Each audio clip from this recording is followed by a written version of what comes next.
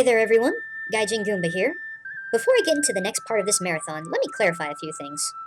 First of all, I got the message loud and clear, guys. Persona has a ton of cultural references, much like Okami does, and don't worry, it's on the list. Second, I'm purposely omitting certain characters from the game itself because I don't want to spoil any plot twists within the game. If you really love Okami and want people to experience its magic, I would think that you wouldn't want me to spoil the story. Lastly, if I do omit a non-plot crucial character, I do it because I want to encourage people to go out and learn about the characters and culture for themselves. See, a lot of intellectual gaming shows are very matter-of-fact. They tell you information in an open and closed manner. Game Exchange is more about opening information and hoping it never closes with my viewers. So please bear in mind that I am not and cannot go over every single really interesting character in this or any other game. I just don't have time. But that doesn't stop you guys from reading and researching these things yourself. In fact, that's what this show encourages you to do. Also, I do apologize in the future if I talk about stuff you personally may already know, but chances are there are a lot of people who don't. Okay, with that out of the way, let's get part 2 of Okami underway with one of the most noteworthy minor characters in Okami, Sakuya. First, her appearance.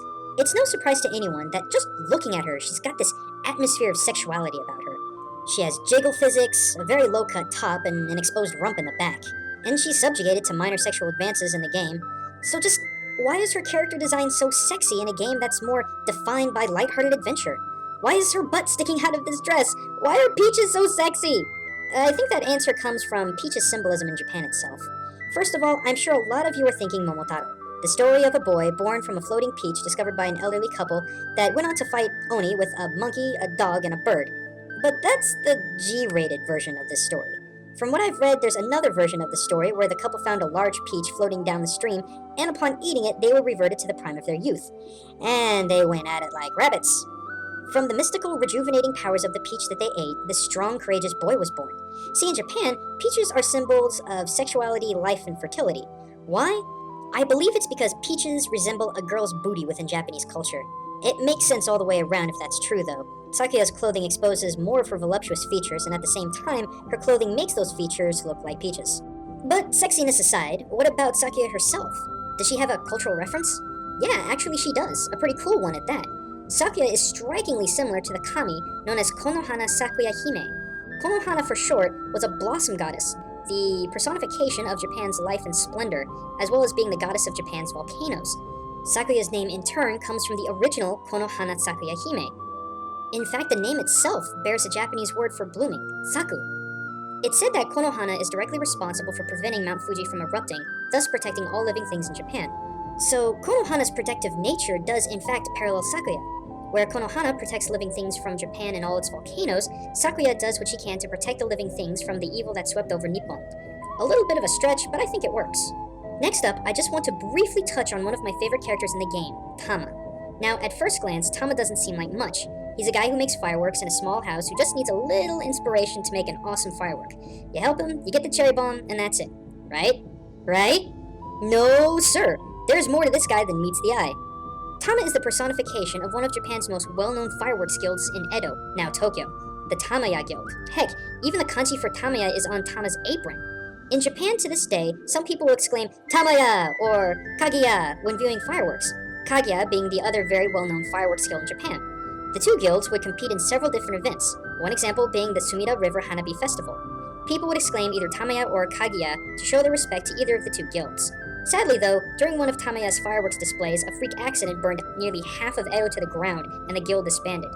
Now that being said, there does exist Tamaya Kitahara Fireworks Company Limited. At this point, I'm unsure if this organization is inspired by the original Tamaya, or if it's just coincidental, as the kanji for Tamaya Kitahara is different than the original Tamaya.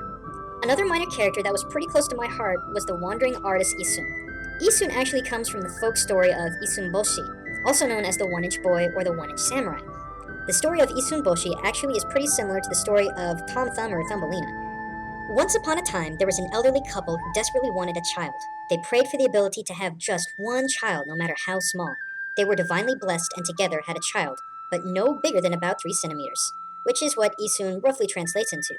Because of his size, the couple named the boy Issun Boshi, or literally One-Inch Boy. When Issun grew up, he decided he needed to find his place in the world, so he got himself a bowl for a boat, chopsticks for oars, and a needle for his mighty sword, and set off fancying himself as a miniature samurai. In his travels, he happened upon a very wealthy daimyo, or landlord, who hires him to become a playmate of his young beautiful daughter. One day, the two were playing, and an Oni attacked them. Brandishing his sword, Issun came to the girl's aid.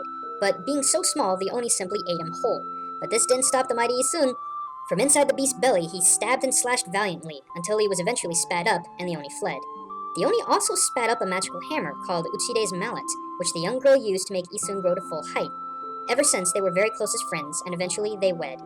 Ah, I love stories like that. Anyway, the parallels are uncanny.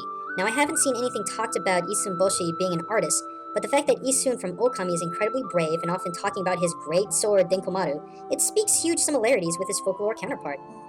Now, let me take a break here and introduce our awesome special guest for this episode. While working on the Okami episodes, many of you talked to me about this really cool guy called Chuggaconroy, and all of the information that he put into his Okami videos.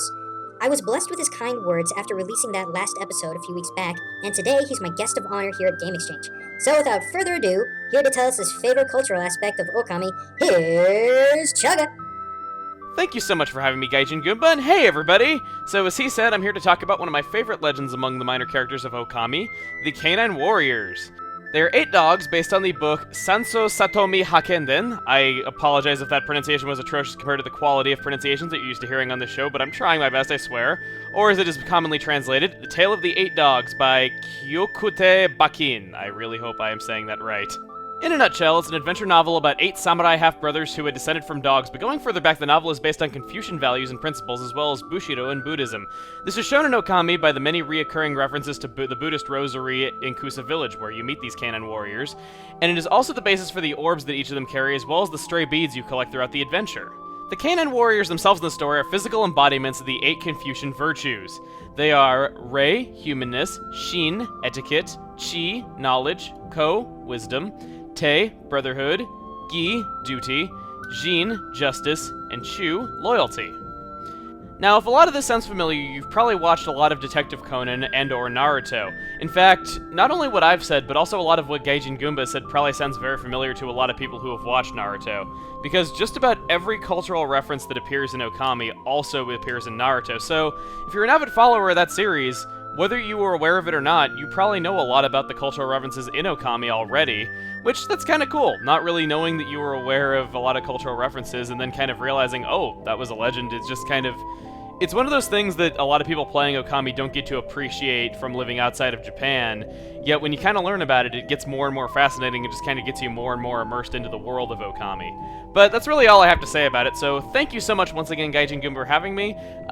Thank you so much. Goodbye to everybody. Can't really say anything else, so I guess I'll hand it back over to the Goombah. Well, thanks, Chugga. I appreciate it, though. Chuggaconroy, everyone.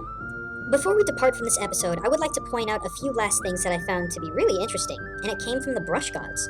Firstly, their names derive from very simple Japanese words, which in turn make for some easy language learning.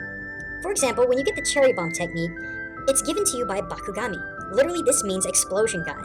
There's also Hanagami, monkeys who give you all of the floral-based techniques. Their names meaning? Yep, flower god. And yes, before you ask, these kami do represent the Chinese zodiac, which is bringing a completely different country into this game. Ah! Do you see what I mean when I say there's just too much here to talk about? I've barely even scratched the surface of this game when it comes to cultural inspiration and characters. That's why I encourage you, my fellow Gaijins, to go out online or to your local library and just check out some of this awesome stuff that you can learn just based off of the understanding of video game characters and stories that you like. Well, that's all I have time for right now. I'll be back next time to complete this Okami marathon. But until then, this is Gaijin Goombah, signing out. If you like this, be sure to check out my YouTube channel for other insightful yet wacky videos. Also, be sure to check me out on Facebook and Twitter for information on scheduling, updates, and contests. But if you want to get your mind blown again and again, be sure to check out Game Exchange episodes as well as Digressing and Side Questing and Game Theory on the Game Theorist channel, where we strive to overanalyze for your viewing pleasure.